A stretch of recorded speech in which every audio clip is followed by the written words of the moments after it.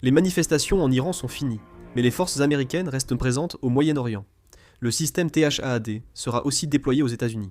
Il semble que les États-Unis prévoient qu'il y aura une nouvelle manifestation en Iran. Aujourd'hui, nous allons examiner ce sujet de plus près. Regardons cela tout de suite. Avant cela, j'ai publié un livre cette fois-ci, c'est aussi mon premier produit dérivé. Il est en vente à la librairie Kyobo, ou dans les librairies proches. Alors si vous en avez l'occasion, venez y jeter un coup d'œil, je vous en serai reconnaissant. Les manifestations en Iran ont été vraiment dévastatrices, avec un nombre de morts énorme. Selon un reportage du magazine américain Time, il se pourrait que plus de 30 000 personnes aient perdu la vie lors de ces manifestations en Iran. Le 21 janvier, Ali Khamenei annonçait 3117 morts, mais ce nombre est plus de 10 fois inférieur aux estimations occidentales, qui évoquent au moins 10 000 décès. Des manifestations ont éclaté dans 4000 régions d'Iran, les forces de l'ordre les réprimant avec des mitrailleuses et fusils d'assaut. La situation n'est donc pas invraisemblable. Dans ce contexte, aucune fin des manifestations n'est en vue.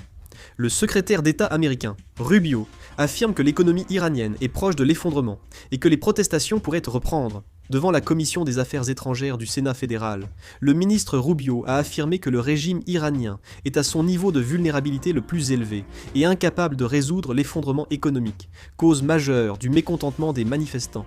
Il a prédit de nouvelles manifestations. Le dollar a franchi 1,6 million de rials sur le marché iranien.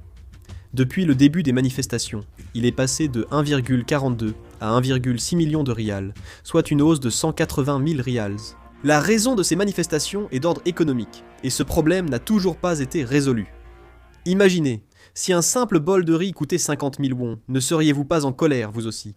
Ainsi, même aux États-Unis, on s'attend à de nouvelles manifestations en Iran. À ce moment, le secrétaire d'État Rubio a évoqué la défense préventive. De nombreux militaires américains sont actuellement au Moyen-Orient. En voyant cela, il a déclaré qu'il fallait se préparer à la possibilité que le régime iranien décide d'attaquer les bases américaines dans la région pour une raison quelconque, et qu'il fallait envisager l'option de la défense préventive. Ce serait bien d'examiner cela plus en détail. Après le début des manifestations, les États-Unis ont maintenu leur intention d'attaquer l'Iran. De nombreux actifs militaires américains sont actuellement concentrés contre ce pays. L'USS Lincoln, porte-avions Nimitz, est déjà au Moyen-Orient. Le président Donald Trump a également déclaré que grâce à la puissance, à la passion et à la détermination de Truth Social, une grande flotte se dirige rapidement vers l'Iran. Cela signifie qu'en plus du déploiement de l'USS Lincoln, d'autres flottes pourraient également être envoyées. Il a souligné que le groupe aéronaval déployé au large de l'Iran est encore plus puissant que lors des récentes opérations militaires au Venezuela, ce qui a accru la tension vis-à-vis de l'Iran. Il a également laissé entendre qu'une action militaire d'urgence pourrait être envisagée. Dans le même temps, le président Donald Trump a exhorté l'Iran à venir rapidement à la table des négociations pour parvenir à un accord juste et équitable sur l'interdiction des armes nucléaires, en précisant qu'il ne restait plus beaucoup de temps et en augmentant la pression. Actuellement, le nombre de navires de guerre américains déployés au Moyen-Orient est passé à 10 au 28, et selon des sources de la marine américaine, des destroyers de classe Arleigh Burke seraient également inclus. L'avion de reconnaissance RC-135 de l'armée de l'air a déjà été déployé au Moyen-Orient.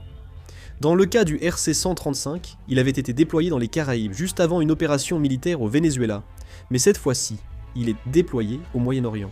Il faut particulièrement prêter attention à cet avion de reconnaissance RC-135. Ce type d'appareil peut collecter divers types d'informations de signaux. C'est l'un des avions de l'armée de l'air que les États-Unis envoient systématiquement sur le terrain, avant de mener une guerre, car il peut recueillir énormément d'informations précieuses. Il est donc important de surveiller le déploiement du RC-135. Plusieurs batteries Patriot sont déjà présentes au Moyen-Orient. Ils auraient été déployés pour défendre Israël. Le système THAAD doit aussi être installé au Moyen-Orient. Le gouvernement iranien a affirmé qu'il réagirait fermement à toute intervention militaire extérieure, selon Apazara.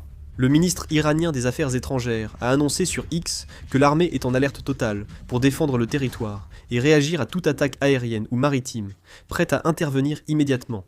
Cette déclaration n'est pas une simple rhétorique diplomatique, mais peut être considérée comme un avertissement visant à la fois l'intérieur et l'extérieur. Cela montre que le régime iranien considère la situation actuelle non pas comme une simple tension passagère, mais comme une phase où un affrontement réel est possible.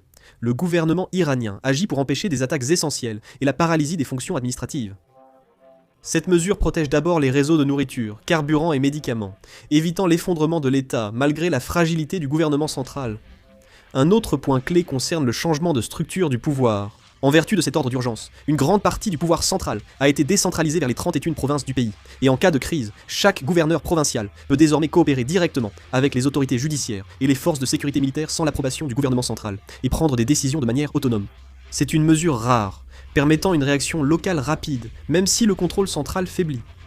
Ainsi, l'Iran a organisé l'État pour gérer les cas où la direction suprême serait atteinte, ou si des problèmes de communication et de commandement survenaient. De telles mesures renforcent la cohésion interne, mais comportent également le risque que les décisions militaires soient dispersées dans chaque région, ce qui augmente la possibilité de conflits imprévus ou de réactions excessives. En fin de compte, l'ordre d'urgence de l'Iran est une mesure défensive, mais c'est aussi un signe clair de la pression et de l'inquiétude extrême auxquelles ce régime est confronté en ce moment. Mais il existe aussi, pour les États-Unis, des contraintes réelles qui rendent difficile la prise de décision concernant une action militaire contre l'Iran. En cas de véritable affrontement entre les États-Unis et l'Iran, la première question qui se pose concerne l'attitude des principaux alliés des États-Unis au Moyen-Orient.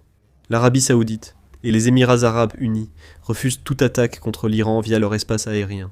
Cette déclaration envoie un signal diplomatique fort. Les États-Unis ne pourront pas utiliser les routes aériennes les plus efficaces pour d'éventuelles frappes. Les opérations militaires au Moyen-Orient reposent principalement sur la puissance aérienne et les missiles. Si l'utilisation de l'espace aérien est restreinte, le rayon d'action et le temps nécessaire pour frapper augmentent considérablement, ce qui réduit inévitablement l'effet de surprise et la précision des attaques. Le plus grave, c'est que les principales bases américaines y sont installées. Les bases américaines situées en Arabie Saoudite et au sein de l'alliance militaire arménienne ne sont pas de simples installations de garnison, mais jouent un rôle clé dans les opérations aériennes, l'approvisionnement, le commandement et le contrôle. Si les États-Unis ne peuvent pas utiliser ces bases en cas d'attaque iranienne, leurs options opérationnelles seront considérablement réduites. Cela signifie que les forces américaines devront déployer leur puissance de manière détournée depuis d'autres régions, ce qui entraînera inévitablement une augmentation de la charge opérationnelle et des risques politiques. De plus, la Turquie adresse également publiquement un message aux États-Unis, leur demandant de s'abstenir de toute attaque militaire contre l'Iran. La Turquie, membre de l'OTAN et pont entre Moyen-Orient et Eurasie, a donc un impact majeur par de telles déclarations. Le territoire et l'espace aérien turc peuvent les servir de routes secondaires au Moyen-Orient. Si cela devient politiquement sensible, les États-Unis pourraient devoir prendre des décisions militaires plus isolées.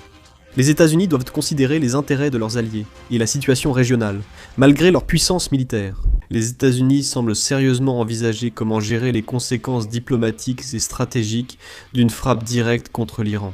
Si l'on regarde l'évolution à venir, il ne semble pas très probable que les États-Unis se contentent d'observer la situation sans intervenir du tout contre l'Iran. En effet, compte tenu de l'ampleur et de la nature des moyens militaires actuellement déployés directement au Moyen-Orient, il y a largement de quoi interpréter cela comme une préparation à une action concrète, au-delà d'un simple message dissuasif. Le déploiement simultané de porte-avions, de groupes navals, de destroyers, d'avions de reconnaissance et de systèmes de défense aérienne ne peut pas être considéré comme un simple niveau de pression diplomatique, mais plutôt comme une phase de préparation, pouvant être convertie en opération à tout moment. Le scénario le plus probable est qu'Israël agisse en première ligne contre l'Iran, avec un soutien discret des États-Unis, plutôt qu'une attaque américaine directe. Il y a plusieurs raisons à cela. Tout d'abord, c'est une question de pression politique. Si les États-Unis lançaient directement une attaque, il y aurait un risque élevé d'explosion de l'opinion anti-américaine dans tout le Moyen-Orient, et cela pourrait également provoquer des fissures dans les relations avec leurs alliés. Si Israël mène une attaque aérienne, les États-Unis peuvent ajuster leur implication en invoquant le renseignement, la défense aérienne, le contrôle maritime et la logistique, en raison de la réalité militaire. Israël prépare depuis des années des scénarios de frappes aériennes à longue distance pour cibler les installations nucléaires et les infrastructures militaires iraniennes, et il est beaucoup plus efficace pour les États-Unis de jouer un rôle en fournissant les renseignements nécessaires, les systèmes de défense aérienne, le ravitaillement en vol et les systèmes de défense antimissiles. En réalité, les systèmes Patriot et THAAD, actuellement déployés au Moyen-Orient, sont principalement destinés à défendre contre d'éventuelles attaques de missiles de représailles iraniennes, tandis que les avions de reconnaissance RC-135 et les forces navales surveillent en temps réel les mouvements de l'Iran et de ses forces supplétives, servant ainsi de dispositif pour contrôler l'escalade du conflit. Ce qui est encore plus important, c'est que le fait qu'autant d'actifs militaires soient mobilisés simultanément est déjà un signe que les options disponibles se réduisent. La puissance militaire, si elle reste longtemps mobilisée uniquement à des fins de démonstration, finit par perdre sa crédibilité. C'est pourquoi, après un certain temps, une pression s'exerce inévitablement sur les États-Unis pour qu'ils produisent des résultats concrets, que ce soit par une action réelle ou par des négociations.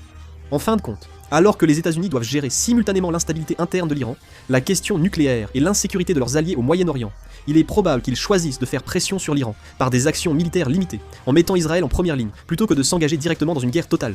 Sur la base de ces résultats, ils chercheront probablement à amener l'Iran à la table des négociations. Si l'on considère l'ensemble de cette dynamique, il devient de plus en plus convaincant de penser que les forces américaines actuellement rassemblées au Moyen-Orient ne se contentent plus de lancer des avertissements, mais qu'elles se préparent déjà à une nouvelle phase d'opération. Je pense qu'ils attaqueront probablement l'Iran, mais j'ignore quand. Si vous êtes en Israël, vous avez sûrement reçu les infos sur le réseau d'urgence. En cas d'incident, restez en contact et localisez les abris. Je conclus ici. Merci.